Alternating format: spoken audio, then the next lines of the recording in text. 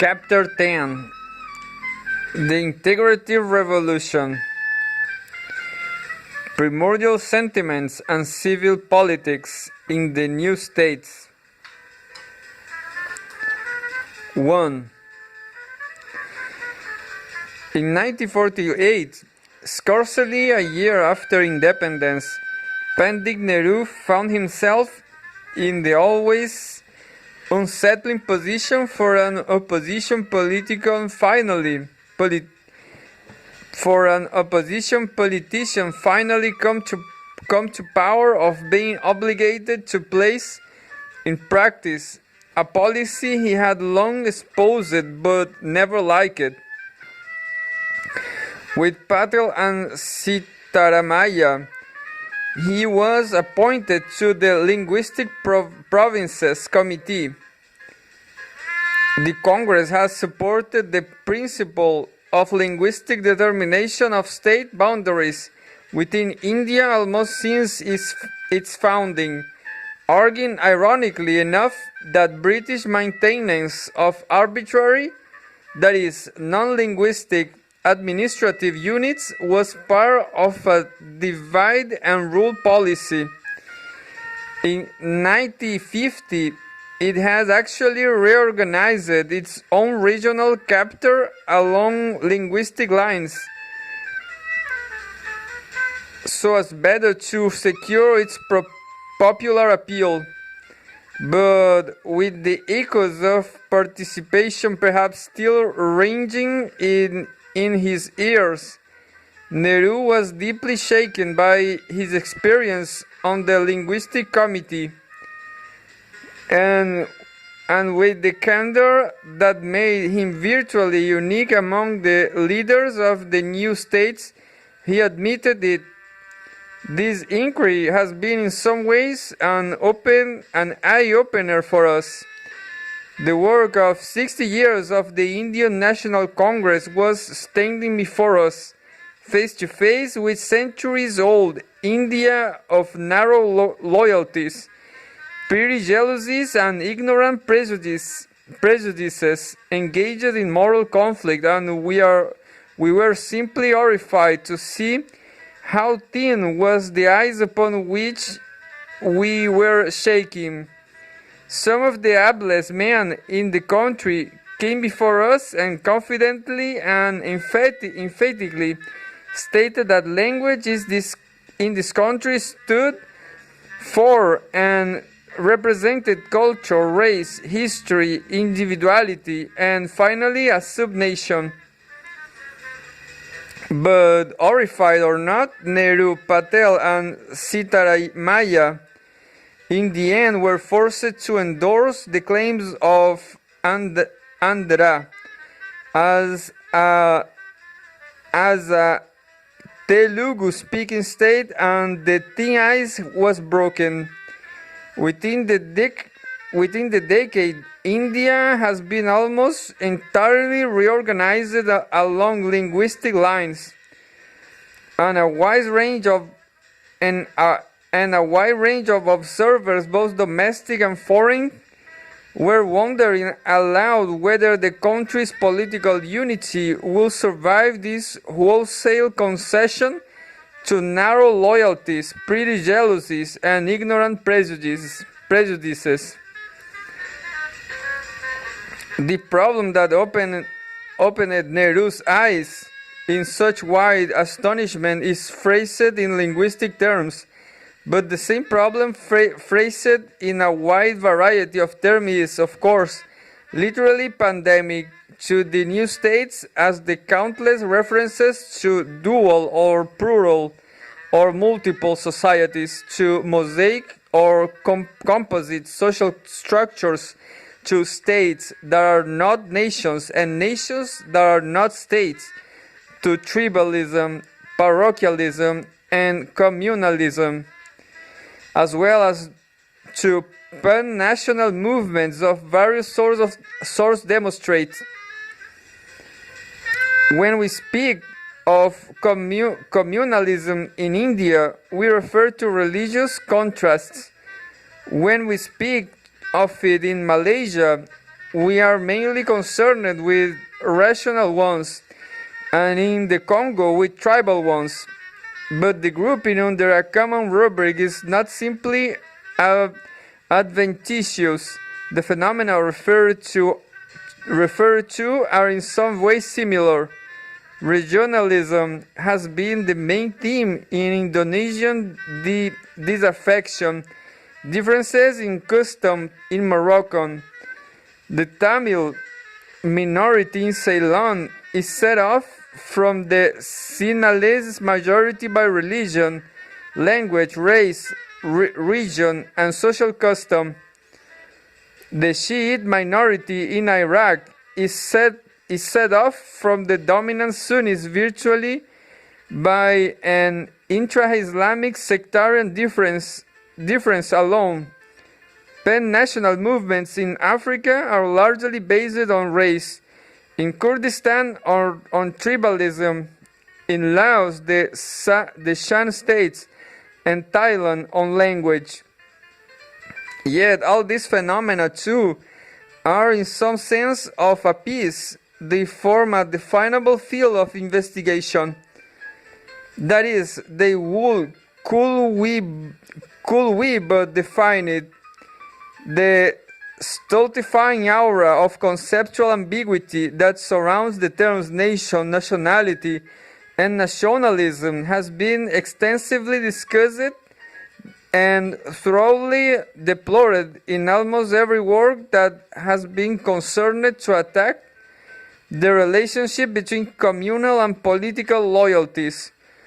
But as the preferred remedy has been to adopt theoretical eclecticism that, in its attempt to do justice to the multifaceted nature of the problems involved, tends to confuse political, psychological, cultural, and demographic factors. Actual reduction of that ambiguity has not proceeded very far. Thus, a recent symposium on the Middle East refers indiscriminately to the efforts of the Arab League to destroy existing nation-states' boundaries, those of the Sudan government to unify a somewhat arbitrary and accidentally demarcated sovereign state, and those of the Azerim Turks to separate from Iran and join the Soviet Republic of Azerbaijan as nationalism. Operating with a similarly omnibus concept, Coleman sees Nigerians, or some of them, as displaying 5 different sorts of nationalism at once: African, Nigerian, regional, group, and cultural.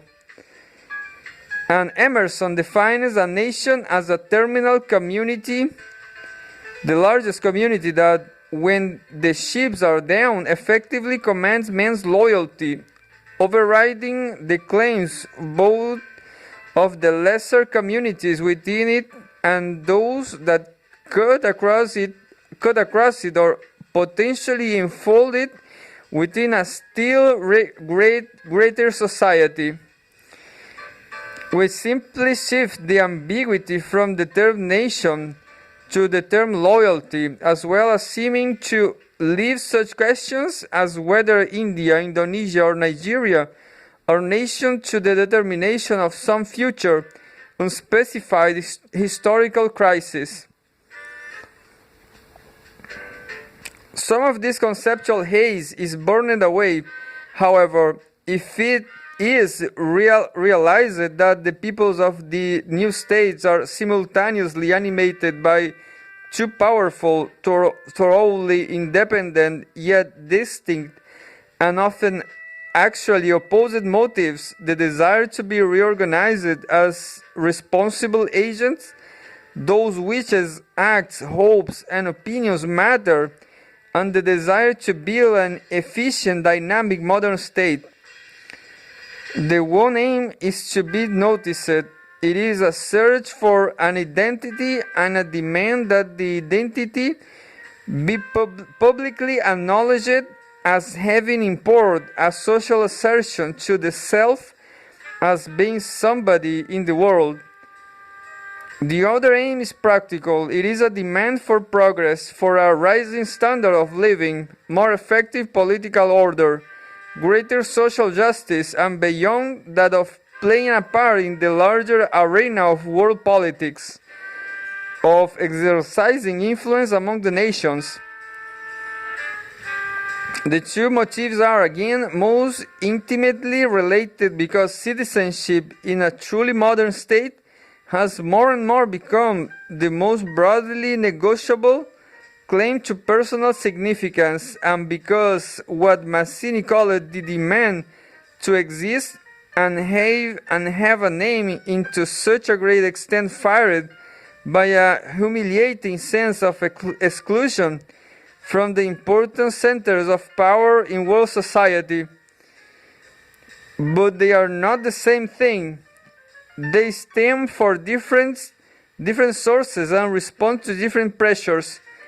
It is in fact the tension between them that is one of the central driving forces in the national evolution of the new states, as it is at the same time one of the greatest obstacles to such evolution.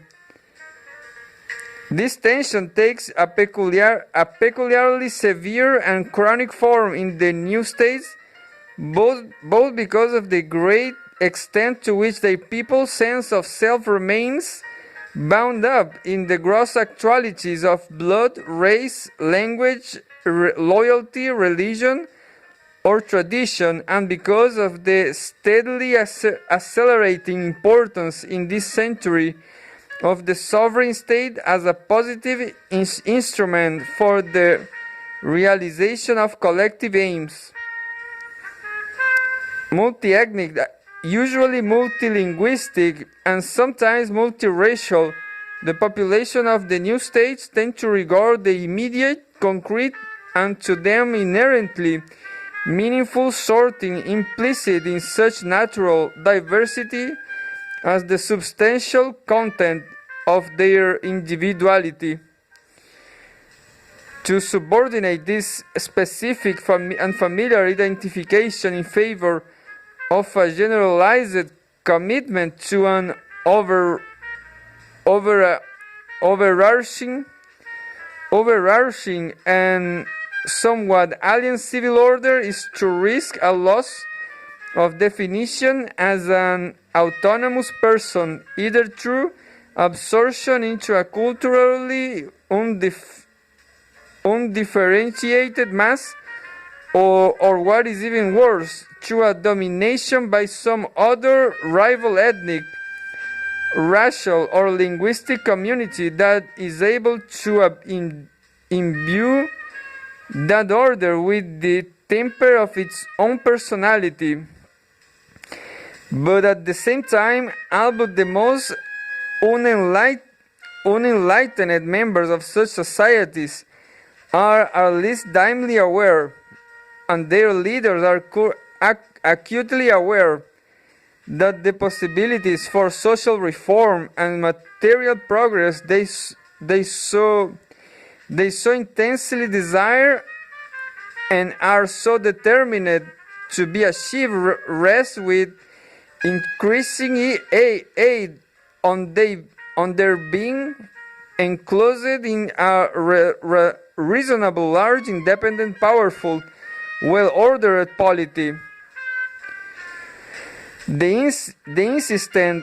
insistence on recognition as someone who is visible and matters, and the will to be modern and dynamic thus tend to diverge, as much of the political process in the new states pivots around an heroic effort to keep them aligned.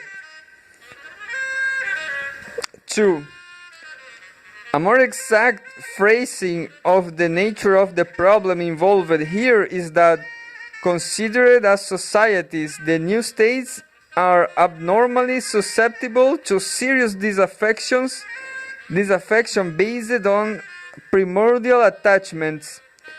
By a primordial attachment is meant one that stems from the givens, or more precisely, As culture is inevitably involved in such matters, the assumed givens of social existence, immediate contiguity and kin connection mainly, but beyond them, the givenness that stems from being born into a particular religious community, speaking a particular language or even a dialect of a language, and following particular social practices. These congruities of blood, speech, custom, and so on are seem to have an ineffable and at times overpowering coerciveness and in and of themselves. One is bound to one's kinsman, one's neighbor, one's fellow believer ipso facto, as the result not merely of personal affection, practical necessity, common interest, or incurred obligation, but at least in great part by virtue or some unaccountable absolute import attributed to the very tie itself. The general strength of such primordial bonds and the types of them that are important differ from person to person, from society to society, and from time to time. But for virtually every person in every society, at almost all times, some attachment seems to flow more from a sense of natural, some would say spiritual affinity, than from social interaction. In modern societies, the lifting of such ties to the level of political supremacy, though it has, of course, occurred and continues to occur, has more and more come to be deplored as pathological. To an increasing degree, national unity is maintained not by calls to blood and land, but by a vague, intermittent and routine allegiance to a civil state, supplemented to a greater or lesser extent by governmental use of police power and ideological exhortation. The avowed wreaked upon both upon themselves and others by those modern or semi-modern states that did passionately seek to become primordial rather than civil political communities, as well as a growing realization of the practical advantage of wider-ranging pattern of social integration than primordial ties can usually produce or even permit, have only strengthened their reluctance publicly to advance race, language, religion, and the like as basis for the definition of a terminal community.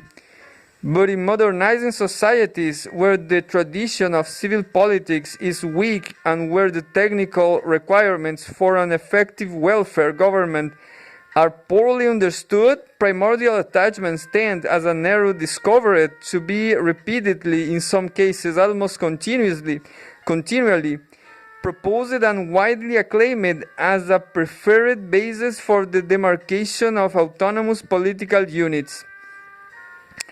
And the thesis that truly legitimate authority flows only from the inherent coerciveness such attachments are conceived somehow to possess is frankly, energetically, and artlessly defended. The reason why a unilingual state is stable and multilingual state unstable are quite obvious. A state is built on fellow feelings. What is this fellow feeling?